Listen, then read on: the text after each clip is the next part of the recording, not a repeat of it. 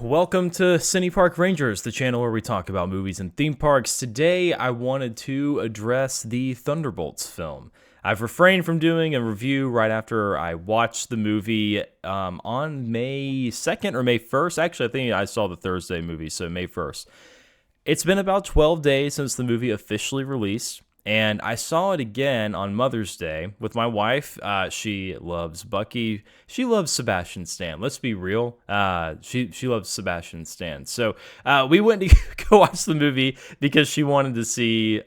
She wanted to see it. She wanted to see Bucky. She wanted to see how Marvel was doing. It's been a minute since we watched a Marvel film. I think the last one we saw was Deadpool Wolverine last year. And yeah, it's the last one we saw together, I also saw Brave New World. Brave New World was garbage. I did not like that one. I'm just gonna get that right up. I don't think I did a video about that, but yeah, I did not care for that movie at all. Anyway, Thunderbolts was interesting. I went through some kind of like weird internal process with Thunderbolts. The first watch, I immediately was like, that was a fun movie. That was a genuinely decent Marvel movie. It felt like old Marvel. A lot of people are saying that, right? Feels like old Marvel. Feels like how Marvel used to feel. And I think everyone's totally correct in making that assertion. That is what it feels like. It does feel like old Marvel, for sure. However, when I went to see it for a second time, my letterbox leaving the first watch was 3.5, so 7 out of 10. Good movie. The second watch, the credits were rolling. I was sitting there and I was like, you know what? That's an easy 8 out of 10. That's a 4 out of 5 letterbox. Move my letterbox rating. Not that matters at all, but it's just a good way to kind of keep track of like how you were feeling after a movie. I always do it right after the movie. That way I know, whoops, just bumped the mic. That way I know kind of what I was thinking, in that moment and everything. The thing with Thunderbolts that makes it that good of a Marvel movie, and I've been watching, yesterday, I think it was Friday before Mother's Day, my wife and I watched Infinity War. Obviously a good movie. And then last night we watched Endgame, and again, great movie. The thing that's cool about Thunderbolts, right, is it takes this group of characters who a lot of the mainstream Marvel folks that have that are like haphazard, didn't watch all the shows, maybe didn't watch Black Widow when it initially just went straight to Disney Plus upon its release. That aren't familiar with these characters, right? Like Ghost was in Ant-Man 2, yes, but also like even in Ant-Man 2, I can hardly remember anything about that character. It's a fairly forgettable film. The biggest thing I remember is like the ice cream truck, and then like getting or whatever that van is, and then obviously Scott getting trapped and everything, all that stuff, right? But overall, you've got this group of characters, right? And consider this your spoiler warning. I'm going to go into full spoilers on this one. We're going to have to talk spoilers to really unpack this thing the way that I want to. You've got this group of characters that a lot of people haven't seen, but right off the rip, as soon as you start the movie, you're with Elena, and she's going through an existential crisis of sorts, right? And it feels akin to stuff that many of us have gone through. Any human being that's lived on this earth for any, I would say over like 15 years, you're gonna have gone through some sort of a crisis feeling event or a series of events that puts you there, right?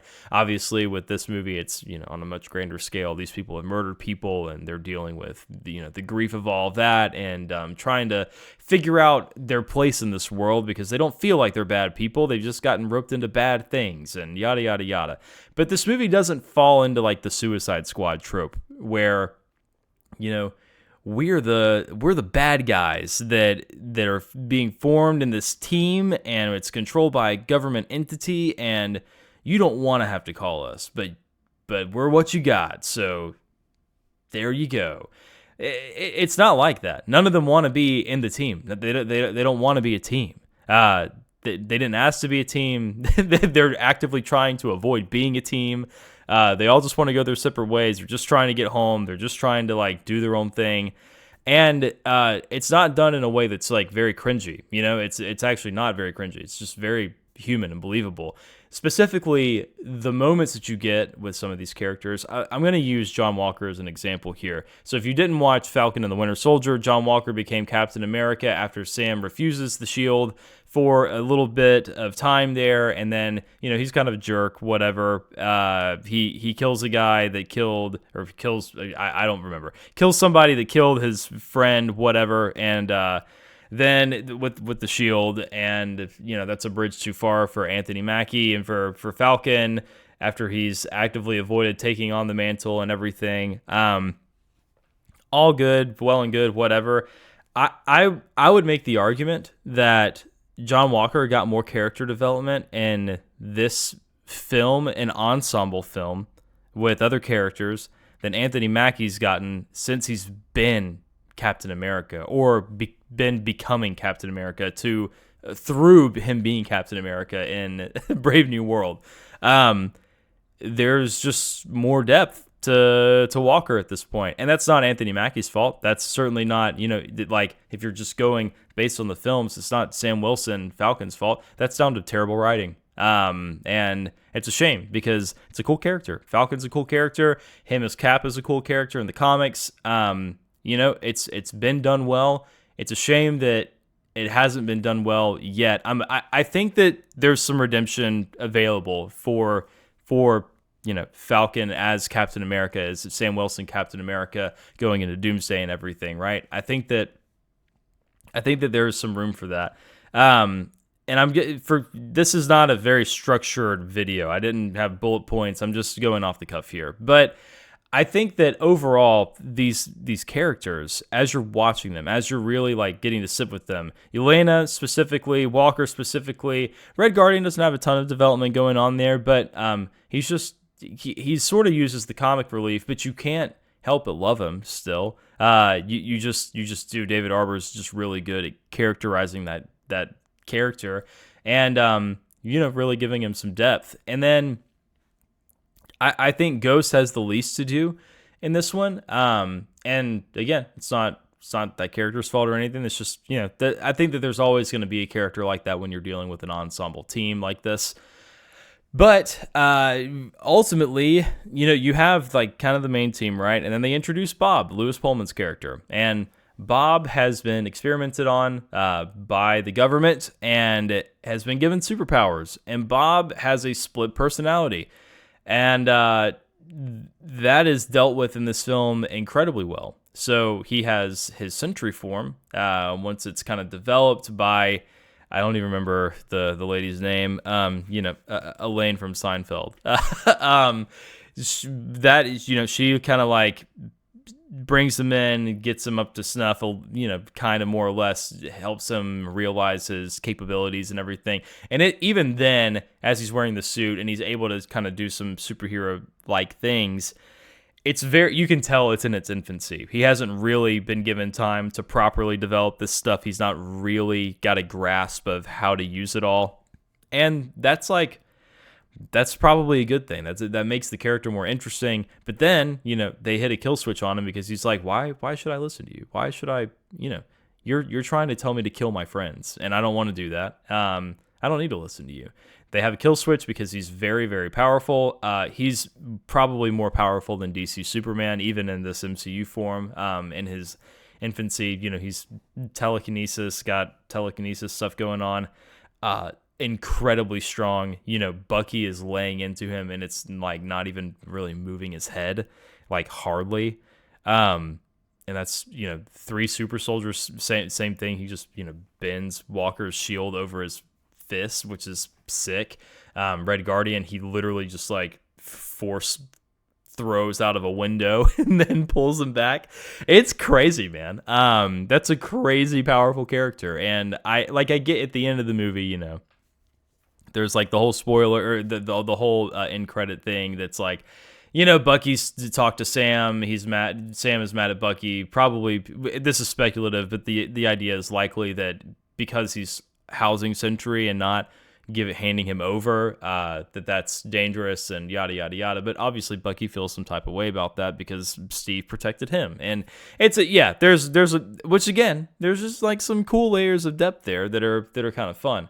But overall, like in the climax of this movie, they beat the bad guy more or less by giving this man a hug. It's like sometimes you just need someone to be there to let you know that they care about you. They don't even have to like give you any advice or anything. They just have to be there. And it's so simple, but there's something to that. And there's something about the way that this writing team, that the director executed all of that in this film, that I think it resonates well. I think it resonates incredibly well. And it's crazy that I can sit here and tell you that I liked a movie with all of these like D-list characters that nobody like cared about for the longest time in comics, versus a Captain America movie that came out, 2 months prior. That's an insane thing to say. A movie that had Harrison Ford in it, like all these characters were far more compelling than Ross. And like Harrison Ford did his best. Like I think that they really tried their best. He really tried his best to like give that character some depth with this stuff with Betty and all of that. But again, we're drawing on things that haven't been touched on. And gosh, I don't remember when The Incredible Hulk came out. I think 2008, something like that. So, a long time, like a long time. So it's, everyone's just kind of forgotten. And Thunderbolts is a lot better. I'm getting the thing that I'm getting at. I don't want this video to go on forever. The thing that I'm getting at with Thunderbolts is the initial trailer. I was out. I was like, this is going to be more Marvel slop. This is going to be garbage. And I'm just tired. I'm fatigued. I'm over it. I'm sick of it. I just want to watch something good. And then as it ramped up, the more promotional material I saw from it, I was like, maybe this has a chance of being good. Maybe this has a chance of actually being solid. And to actually going and watching it for the first time, being like, that was actually enjoyable. It did feel like old Marvel. It did feel like how everyone's been talking about it. To having watched it a second time and enjoyed it more after a second watch through, I can't remember the last time that I saw a Marvel movie twice. I guess technically I saw Deadpool and Wolverine twice. I probably saw Spider-Man No Way Home like 3 or 4 times, I think, because even that one was more like nostalgia, with Andrew and Toby and everything. But yeah, we're the last Marvel movie. You know what I mean? That's like doesn't have any nostalgia attached to it. Doesn't have any like other. It's just here's a new team basically. Here are the new Avengers Z. And it's like this. I was actively enjoying the second watch, so much so that I changed my Letterboxd rating. There's something to be said for that. I'm excited. It gets me excited about Fantastic Four. Fantastic Four is my favorite superhero team. I'm really, really, really excited for that movie. I can't wait for those characters to be done well. Bob Iger apparently had an earnings call like a few days ago with some investors and was saying that Thunderbolts is the first actual representation of Kevin Feige being back in the mix on everything, like to the full level of detail that he was through the Infinity Saga. And they're not going to waste time on all these TV shows anymore, pulling him that way. Like they're going to let that's going to be its own department kind of handling those things. Great. Excellent. Let's do more of that, please. If you haven't seen Thunderbolts, I'm as someone who is very skeptical and has now seen it twice, fully recommend going to watch it. It's an enjoyable film. It's a very human story. I think you'll enjoy it. Might shed a tear. Bob is great. The post-credit scenes are awesome. I got into that a little bit, but it's not very spoilery right now. It's tough to spoil anything with these movies because it's hard to figure out where they're even going with it. It's like there's not much of a through line through all of this multiverse stuff. So it's kind of it's not as black and white as the Infinity Saga was. So I'm interested to see. Fantastic Four has a lot of legwork to do to kind of get us there to Doomsday, because that's the next movie after Fantastic Four. So we'll see, man. We'll see. I'm intrigued, certainly. So definitely intrigued. But yeah, it's worth watching, guys. Go check it out. And if you haven't already subbed to the channel, subscribe, like, comment, all those sorts of things help a ton. And yeah, enjoy some hangs for some more Marvel content, some more Disney content, Universal content. If you like theme parks, we also talk a lot about that stuff here. So yeah, peace. Love you guys.